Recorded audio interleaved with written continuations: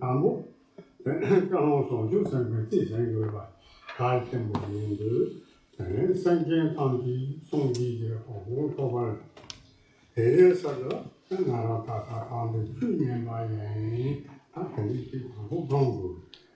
It is important and necessary to again and again check our motivation when we set out to listen to or to practice any Dharma of whatever sort. The motivation should be one of bringing about the complete awakening of Buddhahood for all sentient beings, not a single one excluded. If we bring such a motivation about within us, then this is the right kind of motivation that we should uphold. And with exactly this motivation at heart, we should now listen to the instructions, to the teachings which Rinpoche is about to give.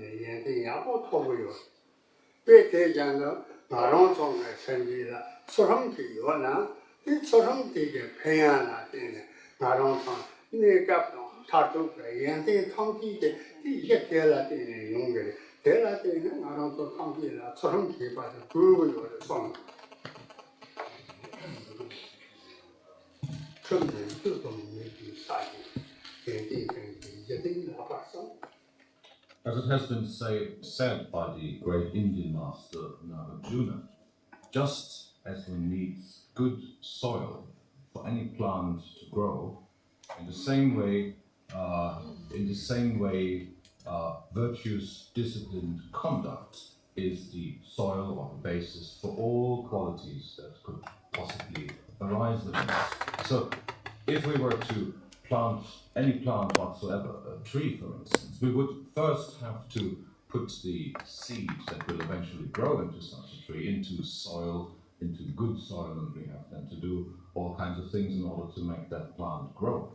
Or if we were to erect a building, a house, such a house needs a strong, a good foundation, a good basis upon which it is being built, otherwise it will collapse. Similarly, it is said that virtuous conduct, disciplined conduct, is the basis, is the foundation for all qualities, for all positive qualities that could possibly arise within us.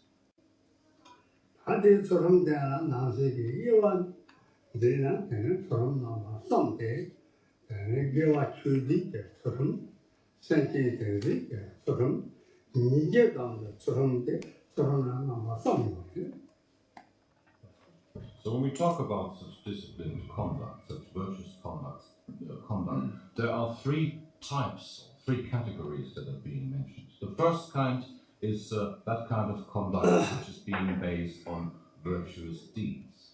The second kind is the kind of disciplined conduct which strives to bring about benefit for others. And the third kind of virtuous disciplined conduct is conduct which abolishes all kind, or which eradicates all kind of negativity, of negative deeds.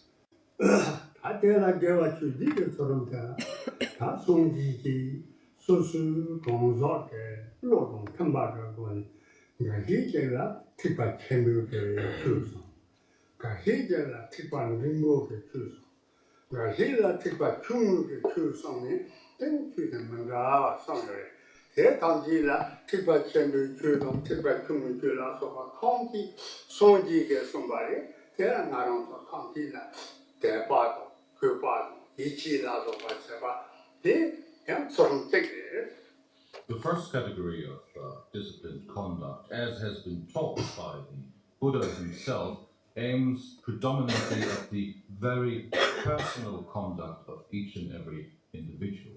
The Buddha has taught such rules of conduct according to the capacity of each and every type of being. There are such rules of conduct according to the lesser vehicle, the so-called Hinayana. There are others which are suitable for those who follow the greater path of the Mahayana, the greater vehicle. And one has to know that all of these, as they have been spoken, since they have been spoken by the Buddha himself, aim predominantly at the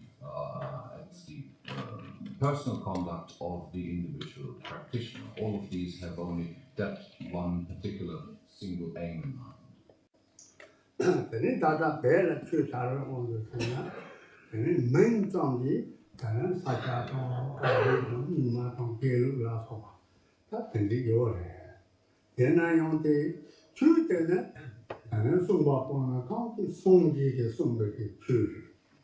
Then to the bella journal, then Jaga Pantata, George Badi Atashata, Patamba Songita, then Jaga Getani, Jaga Pantata, Momo Pella, then Tony, Chu, Jur.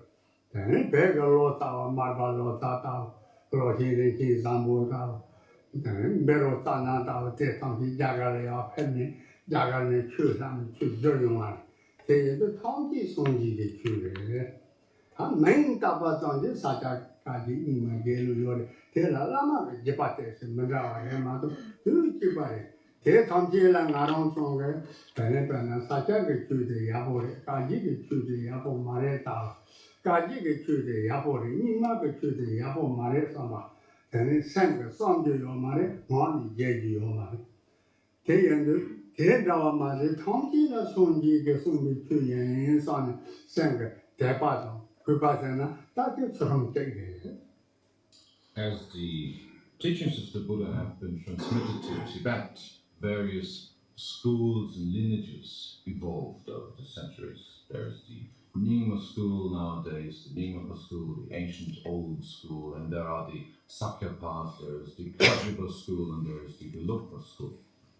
All of these are simply based on various transmissions which came to Tibet through various lamas. Even though these schools have different names, the Dharma which they teach is one and the same. The Dharma which is being taught in all of these schools is nothing else but the word of the Buddha himself as he taught it in India.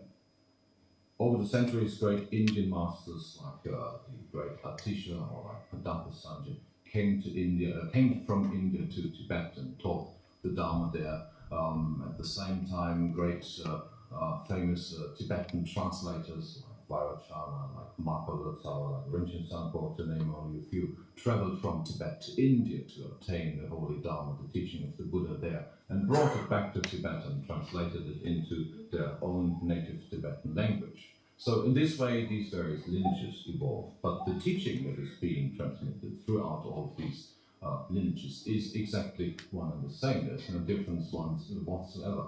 Therefore, it would be extremely foolish to think that, for instance, the teachings of the Sakyapas are better than those of the Kajipas, or to think that the teachings of the Gelugpas are better than those of the Nyingmapas, and so forth.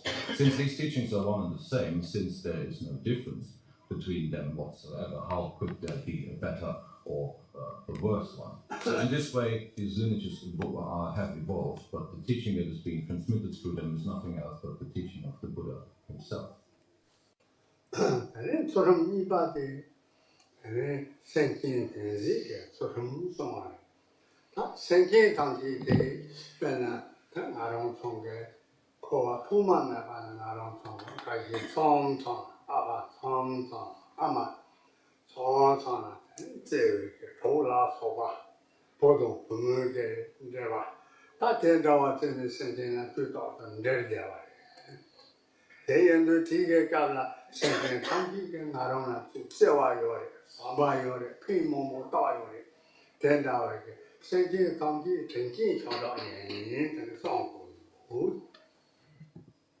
Now this brings us to the second kind of discipline, which is that kind of discipline that lets us strive to bring about benefit for others.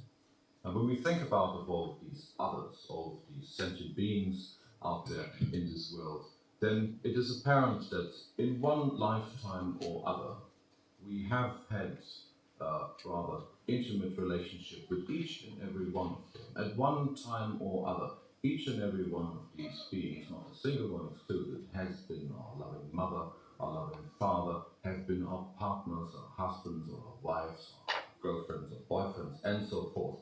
So if we think in such a way, it is apparent that we have some sort of a connection, some sort of a relationship with each and every one of these beings. The benefit of which to bring about is what we strive for.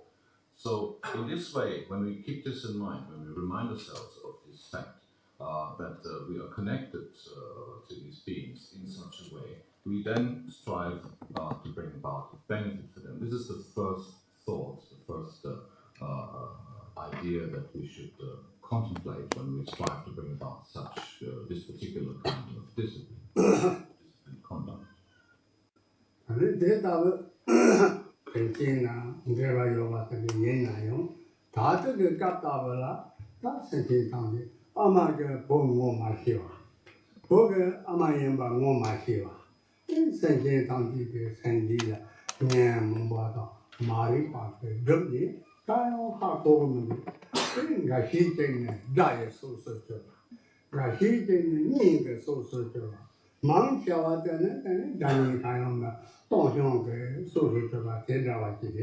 Even though this is the case, even though all of these beings, including ourselves, have been each other's mothers, and children, fathers, and so forth many times in the course of our lives, we do not remember this fact.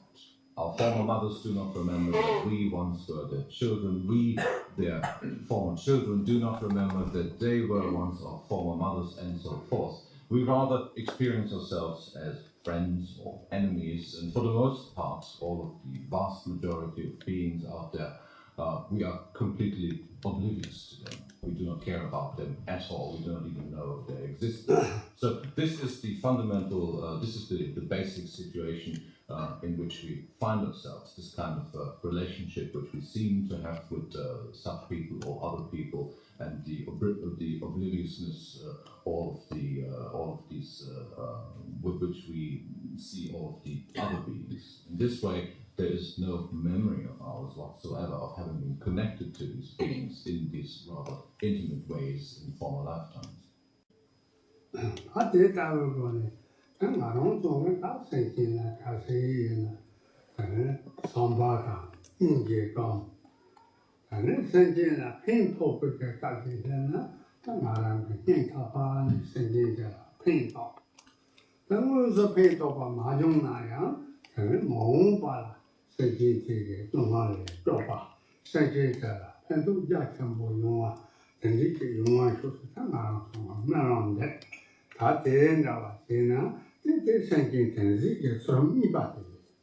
I forgot to say before, not remembering these facts, we rather find ourselves under the influence of ignorance. And under the influence of ignorance, we perform all kinds of negative deeds. We behave negatively towards these other beings, to whom we should actually be thankful for the kindness that once they have extended to us.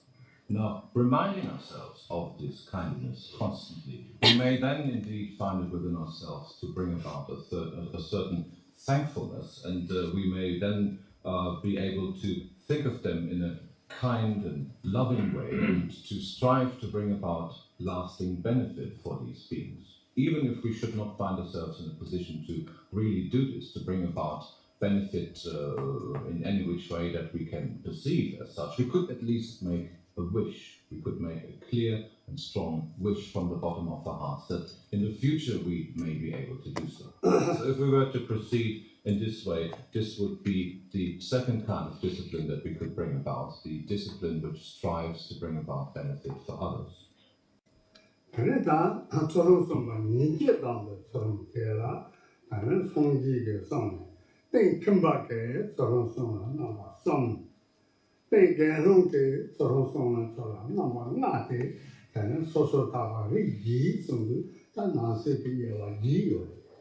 Well, now we come to the third kind of discipline conduct, which is the kind of conduct which allows us to give up non-virtuous acting, non-virtuous deeds. Now, the Buddha himself has taught two sets of disciplined conduct. disciplined conduct which can be practiced by householders, and conduct which can be practiced by ordained practitioners. The Buddha has taught 3 types of discipline that can be put into practice by householders, and 5 types of discipline that can be practiced by ordained practitioners. So in this way there are 8 types of disciplined conduct that could be practiced, that could be taken up by each individual practitioner.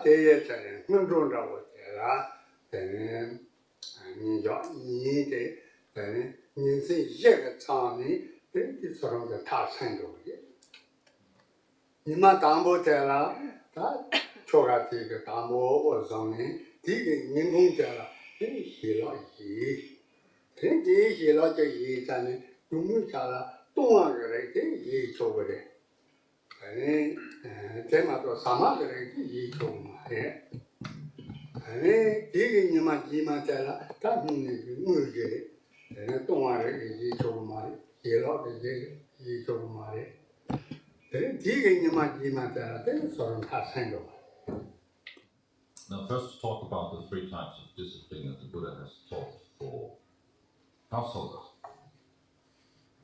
There are various kinds of practicing such discipline. There are those practices which are known as Njung Né being well known as the fasting ritual of the great compassionate one, the purification of the individual vows and so forth, known as Sotong. And these are being practiced groups by householders who come together to perform such practices, and are being performed for the duration of a minimum of 2 days. These 2 days again are being subdivided into 4 periods, and during these 4 periods, which include a whole day and a whole night, various vows, various commitments are being upheld by the practitioner. For instance, one would start out such a ritual by way of the repeated performance of a ritual of the great compassionate one, Shenrezi, and on the first day, for instance, one would still take lunch, and in the evening one would still be allowed to drink, but would not take any food. The next day, which would repeat these practices several times, would be characterized by not taking any food or drink whatsoever. And this is then being extended into the next day. So in this way, once this day and night period is being concluded, comes to its conclusion, then all these vows, these commitments which one takes for that particular duration are in this way being fulfilled and very beneficial for the individual practitioner.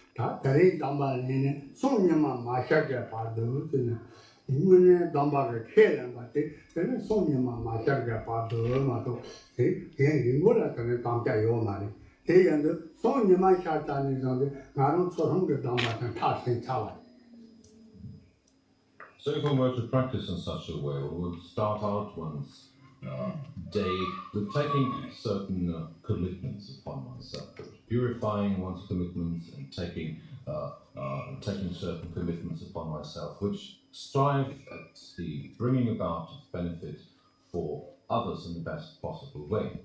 These commitments which one takes in this way, which if one truly keeps them pure, are extremely beneficial, are being taken for the duration of 1 day.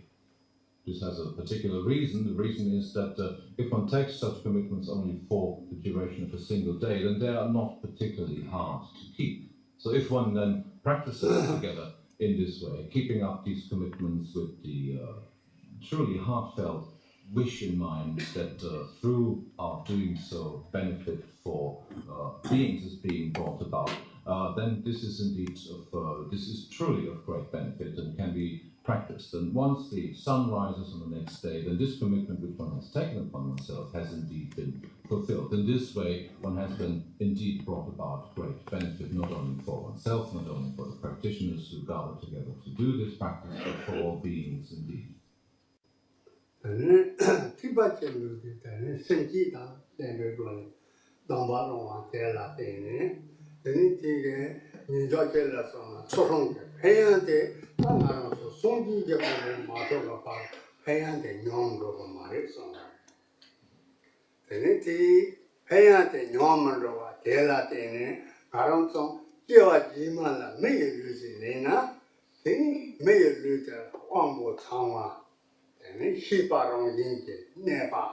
Sherab Papa, then true Darcy to Usu, Jeva, that tender the person of Toby and son.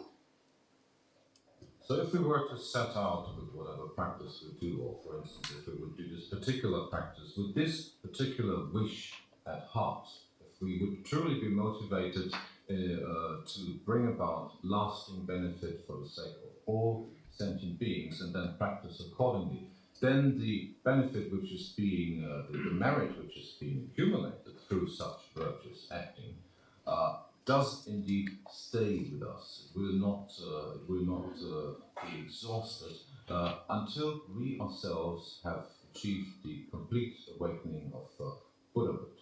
In this way, if we practice in such a way, then the merits that we accumulate in this way will make sure that from lifetime to lifetime we will be born again under circumstances and conditions which enable us to meet the Dharma. We will be born in a human form, free of any physical defects. We will be endowed with the intelligence to understand the Dharma, to learn and put it into practice. We will be born in a country where the Dharma is known, where it is indeed being taught, and so forth. And in this way, we will progress from lifetime to lifetime until we ourselves have achieved full Buddhahood, full enlightenment.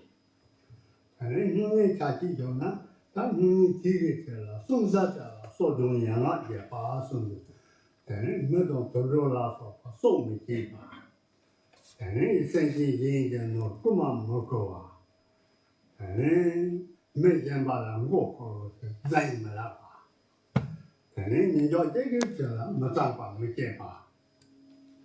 And then turn down, Tumata, Tuzambo, you Tada, Tuzambo, Tata.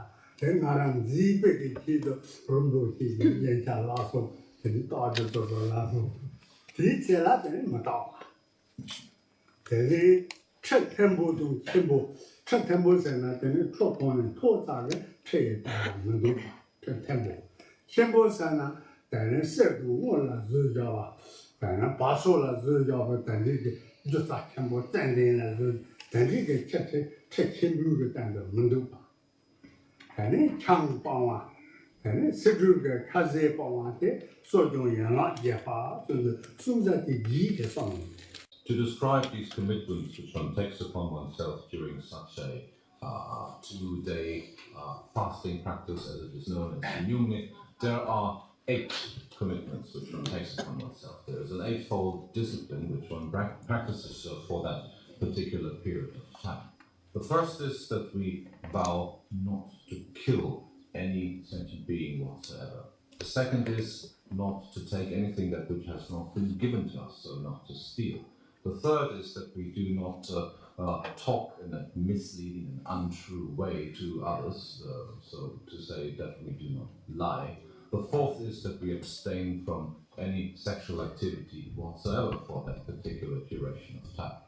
The fifth is that we do not beautify or ornament our bodies in any which way with makeup or jewelry. What have we got? The sixth is not to sit on high and ornamented seats. do not sit on a seat higher than 1 cubit. The 7th, hang on, someone listening again. Oh yeah, we abstain from drinking alcohol, from taking any substances. And the 8th and final one then is that we abstain from taking any food or drink for a specified period of time. These are the 8 types of conduct that one upholds during that particular period of time, which serve to strengthen positive imprints, positive experiences, and resolve within our own mind space. To clarify the particular commitment of abstaining from sexual activity whatsoever during the duration of a Njung Né. This really pertains to all kinds of sexual activity whatsoever. It is not the same kind of commitment as what we take upon us when we take the ordinations of a lay person or a novice or a fully ordained person, where there is much about sexual misconduct and all kinds of different things. And this, for the duration of such a Njung Né, no sexual activity whatsoever is to be performed.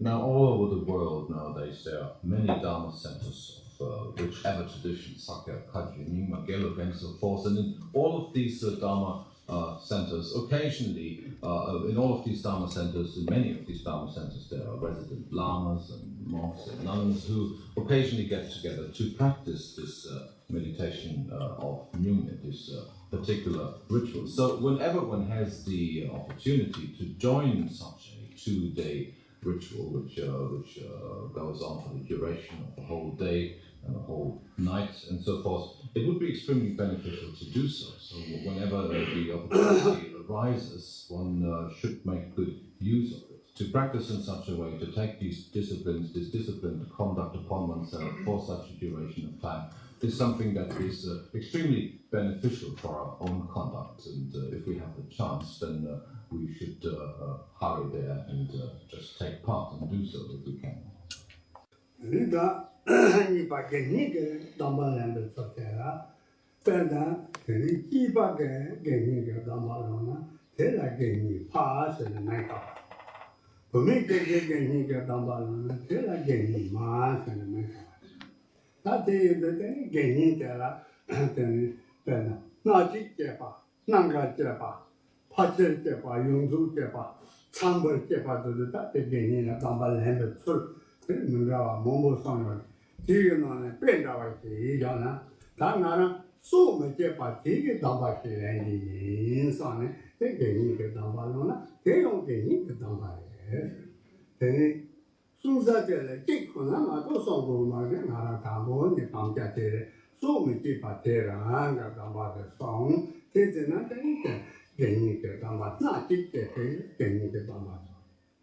So among the great many different kinds of commitments that have been given and taught by the Buddha, there are those commitments which can be taken up by those who are not ordained practitioners, who are not living in a monastic environment. These would be the kinds of vows of commitments which are known commonly as lay vows. In Tibetan, they are known as the Genyin vows, and if he were a male practitioner, he would be called a Genyin Pa. A female practitioner would be called a Genyin Ma. No matter who takes up these vows, these are vows which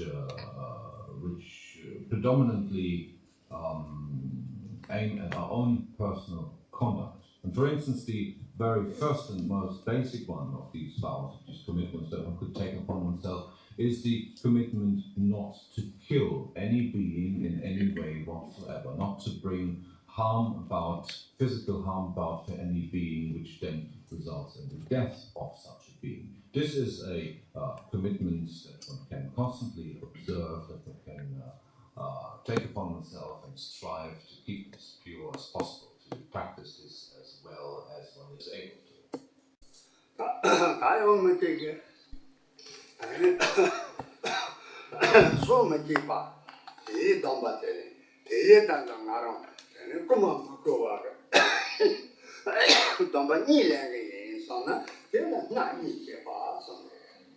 Then one could take a second commitment upon oneself, having resolved not to kill in any way whatsoever. One could also decide that one does not want to take that which has not been given, that one does not want to steal. So this is the second kind of vow, or second kind of commitment that one could strive to uphold.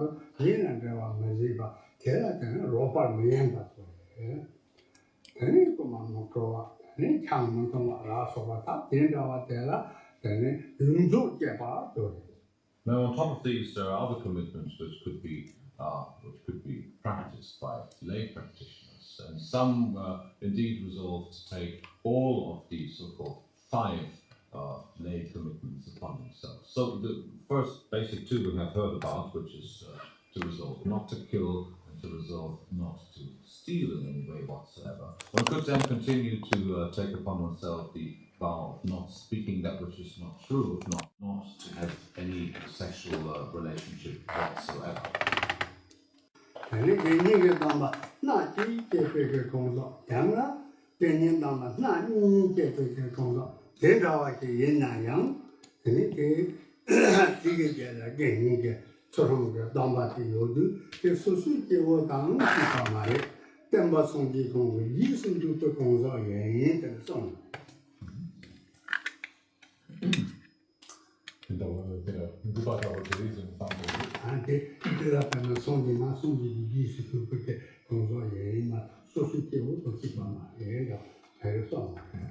So there's one thing that we should know. Even if someone resolves to take only one of these commitments upon him or herself, or 2 of them, not all of them, but only 1 or 2, such a person is not an ordinary person. Such a person is a person that has resolved to step onto the path that has been taught by the Buddha, upon the path that leads to the full awakening of Buddhahood. And in this way, such a person is not to be called an ordinary person anymore.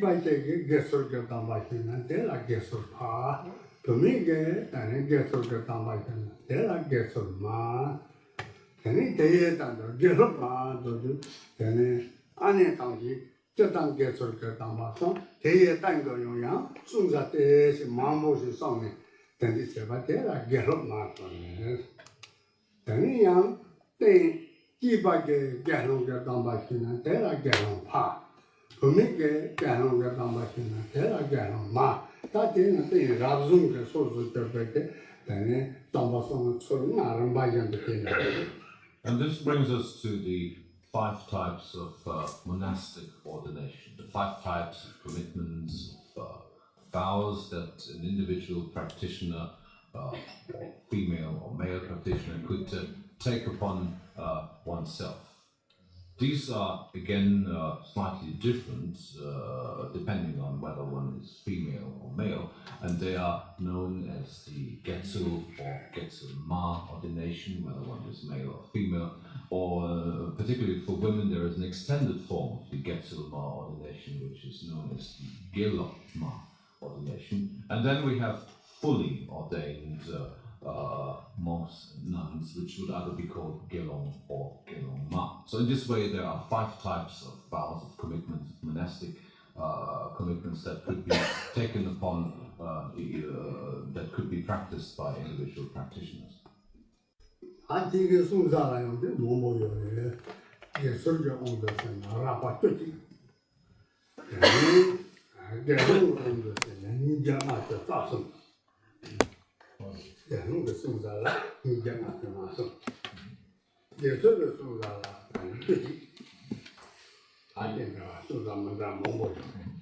So if we were to look at the individual vows which are to be taken by practitioners of the one or other type of ordination, for instance, where the Getzel ordination is concerned, there are 11 main vows which are to be taken.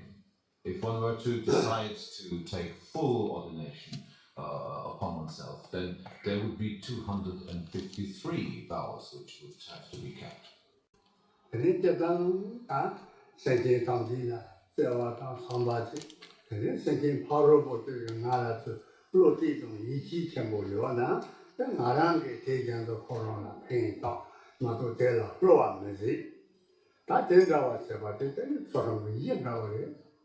No matter what sort of sets of vows, commitments one resolves to take upon oneself, they are all based on our extending loving kindness and compassion towards all other beings. Rinpoche says the